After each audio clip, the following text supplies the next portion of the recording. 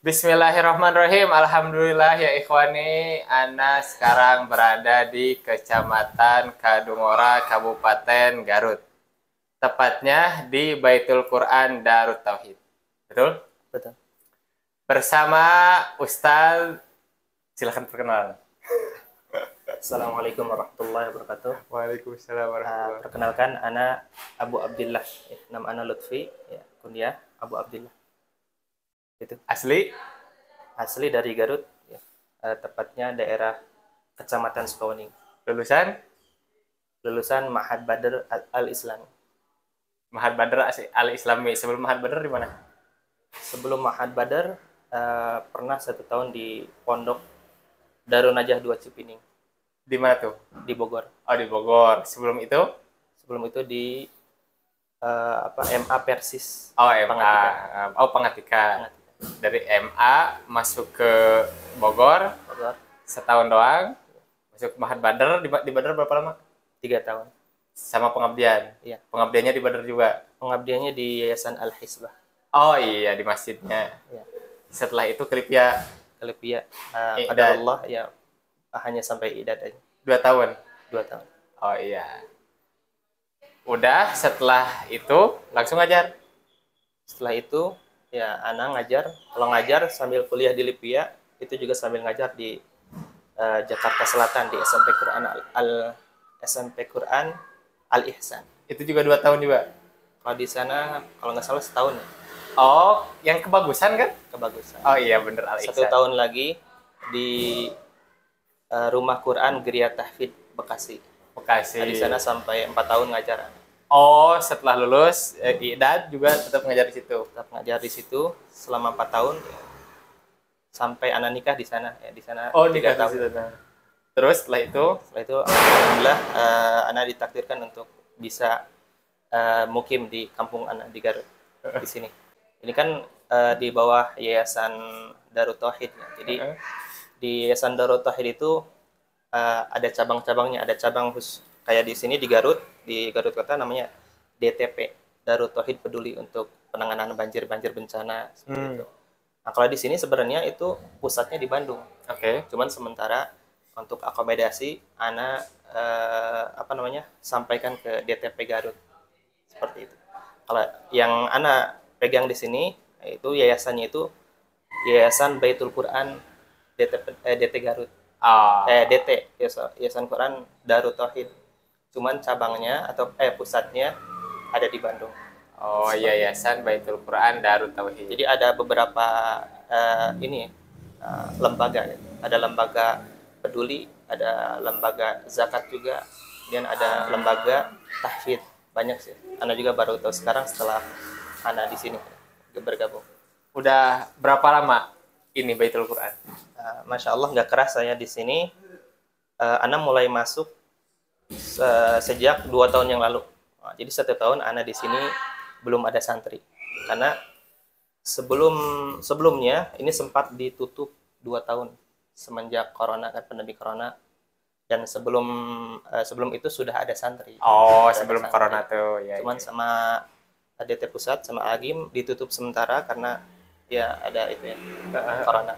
Nah, setelah 2 tahun, ini kan karena 2 tahun ditutup perlu perbaikan. Nah, di sini selama setahun beres-beres sambil mendekati warga sekitar. Anak perkenalan, kemudian ngajar ngajar pemuda-pemudi di sekitar sambil diajak futsal kayak yang laki-laki. Iya. Supaya semangat. Alhamdulillah sekarang hampir setengah tahun sudah mulai ada santri. Sekitar 5 orang. Dari mana saja? Kebanyakan sih masih dari Garut. Di Garut itu ada 3 orang. 1 orang dari Bandung, dan yang baru masuk ini dari Tasik 1 orang. Oke, santri yang mau masuk sini minimal berapa umurnya? Umurnya minimal lulusan SMP. Lulusan SMP. Sekitar 13 tahun. Ya. Kalau maksimal tak terhingga. Iya, selama dia sanggup untuk tidak menikah dahulu. Seperti kemarin dari Tasik itu yang diterima itu 2. Cuman kan dari tes itu tes terakhir yang menjadi penentu, kata anak ya interview ya, tujuan antum masuk ke sini apa, di antaranya siap gak ya belajar 2 tahun dan pengabdian setahun tanpa menikah dulu. Oh, jadi programnya 3 tahun. 2 3 tahun belajar, 1 tahun pengabdian. Ya. Oh, gitu. Kalau misalnya ada 40 tahun tapi dia masih jomblo, mau mondok boleh itu ya? Boleh. Masya Allah. Ada, anak juga di sini suka ada pertemuan ya para hafid di Garut. Masya Allah ada seorang hafid yang usianya sudah 70 tahun tapi masih semangat ikut di komunitas itu. Masya Allah, luar biasa. Malah menjadi motivasi untuk anak ya. Terkadang kan ada orang yang kayak tadi nih pas ngajar itu waktu yang cocok atau usia yang cocok untuk belajar itu usia apa. Alhamdulillah anak dapat nasihat ketika ikut daurah sama Syekh dari Yaman, Masyaikh daurah Quran. Di antara nasihatnya seorang pengajar Al-Quran itu harus menjauhi menghindari perkataan itu berkaitan dengan umur. Ini waktu yang cocok usia sekian. Ini membuat down para pemuda yang baru hijrah untuk menghafal Quran. Karena bisa saja karena mungkin qadarullah dia baru dapat hidayahnya di usia 20 tahun, 25 dan seterusnya, dia semangat tapi ketika ada ustadz yang mengatakan demikian jadi down lagi. Seperti itu. Ini Masya Allah nasihat yang luar biasa yang anak dapat ya, faidah dari daurah bersama para masyaikh dari Yaman. Masya Allah. Dan ini santri berbayar atau gratis atau gimana? Di sini asalnya di sini nggak berbayar, gratis ya. Cuman kemarin itu ada beberapa kenalan anak, termasuk diantaranya tetangga anak, bahkan masih saudara. Beliau ingin berbayar karena kan diantara persyaratan supaya dapat beasiswa full ya, selain bisa baca Quran dan punya basic hafalan, harus punya SKTM, surat keterangan tidak mampu. Sedangkan beliau ya mampu lah dari sini. Maka karena ini bukan yayasan anak ya, anak koordinasi dengan DTP Garut dan beliau koordinasi sama DT pusat di Bandung. Alhamdulillah ya di ACC diperbolehkan bagi yang mampu untuk bisa mondok di sini dengan berbayar, itu pun tidak full ya. Untuk uang bangunannya gratis. Jadi yang berbayar itu hanya uang makan sama uang listrik saja. Oh iya. Jadi semua yang punya SKTM bisa mondok full beasiswa di sini. Ya, insyaallah. Makan dapat, asrama dapat, pendidikan gratis. Betul. Gimana kesehariannya? Kesehariannya ya seperti aktivitas atau kegiatan di pondok-pondok tahfidz pada umumnya ya. Ba'da subuh biasa setor hafalan baru ya, yang bisa disebut dengan sabak, setor hafalan baru. Kalau ada yang belum setor subuh bisa di setor di jam kedua, itu jam 8 sabak. Setelah setor sabak baru sabqi, itu murojaah, murojaah hafalan yang juznya sama dengan sabak. Sudah selesai baru manzil. Manzil itu murojaah hafalan 1 juz sebelumnya yang sudah full disetorkan. Jadi tiap hari kita full membaca Al-Quran, menghafal Al-Quran, mengulang-ulanginya seperti itu. Sehari ada minimal setor? Ada. Berapa? Karena di sini kan kebanyakannya masih pemula. Nah, jadi anak tidak mentargetkan langsung banyak dulu, kasihan ya. Karena mereka juga yang 5 ini, khususnya yang pertama masuk itu 2 orang. Karena masih awal-awal. Bertahap. Jadi nggak langsung anak tugaskan untuk menghafal. Karena bacaannya masih perlu diperbaiki. Sekitar 3 bulan itu anak memperbaiki bacaannya. Nah, barulah mereka mulai belajar menghafal. Dan anak target minimal per hari itu yang disetorkan pada subuh 5 baris minimal. Itu targetnya. Nah, maksimalnya tidak terbatas selama dia mampu, asalkan disetorkannya pada subuh. Sisanya itu tidak menambah lagi. Supaya apa? Supaya hafalan-hafalan sebelumnya itu dimungkinkan, dilancarkan seperti itu. Oh, jadi pada subuh halakoh minimal setor 5 baris, berarti 1/3 halaman ya? Iya, 1/3 halaman. Kalau maksimal tak terhingga. Itu halakoh sampai jam berapa? Jam 6? Setengah 7. Setengah 7, masuk lagi jam 8. Jam 8. Itu jam 8 tuh sabki atau apa? Sabki, betul. Sabki. Sabki itu mengulang yang udah disetorkan. Kalau dia setor misalnya 1 halaman, di situ setorin lagi guys 1 halaman. Bukan 1 halaman, dan halaman sebelumnya yang juznya sama. Oh, jadi 1 lembar, Ya, 2 halaman. tergantung dia store-nya udah berapa. Kalau store-nya udah 10 lembar berarti ya 10 lembar. Dihitung dari awal juz. Iya, dihitung dari awal. Iya. Atau kita ada laporannya seminggu sekali. Jadi nanti laporannya ditempel di sini juga ditempel supaya santri lihat perkembangan hafalan dia itu tercapai atau tidak. Jadi supaya semangat. Juga share ke grup orang tuanya supaya tahu. Karena orang tua kan bisa nanya gimana saya hafalannya. Kalau anak kirim itu kan nggak ada pertanyaan, langsung ada jawabannya. Seperti itu. Jadi urutan ngapal jusnya ditentuin atau santri sendiri yang milih? Misalnya mau dari juz 1 atau dari juz 30? Ditentuin. Gimana? Kalau di sini anak memulainya dari 2 juz akhir, juz 30, juz 30 dulu sama juz 29. Karena ini urgen kan, biasanya penting digunakan minimal untuk kalau dia sudah mukim jadi imam di kampung masing-masing. Nah, setelah selesai itu mukim baru langsung ke juz 1. Oh, 30 dulu, 29 baru juz 1 sampai iya. Macam-macam sih. Kalau ada juga yang kalau di pondok tahfidz lain 5 juz di belakang dulu. Iya, 30 sampai macam-macam. Itu sabki dari jam 8 sampai zuhur. Oh, itu di-storein juga ya sabkinya ya? Di-storein. Cuman kalau sabki itu tidak mesti di-store ke ustadznya, bisa di-store saling simak. Oh iya, saling simak. Jadi bebas lah ya. Tapi ada catatannya. Gitu. Oh iya.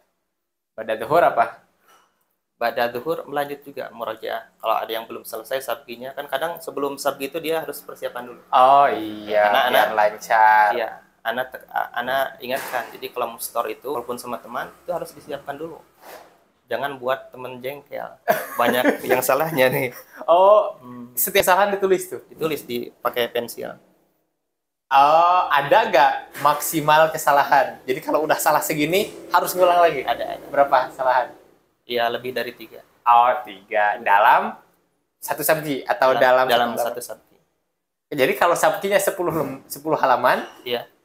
Itu tetap maksimal 3. Iya, jadi dilihat dari kesalahannya. Kalau kesalahan yang ya cuma salah sedikit, ya itu bisa ditolerir. Kalau salahnya dia lupa banget, ini satu nih. Jadi ada jenis kesalahan itu ada tingkatannya. Kalau tingkatnya kesalahan yang dia lupa sampai kita ingatkan, itu yang dinilai 1.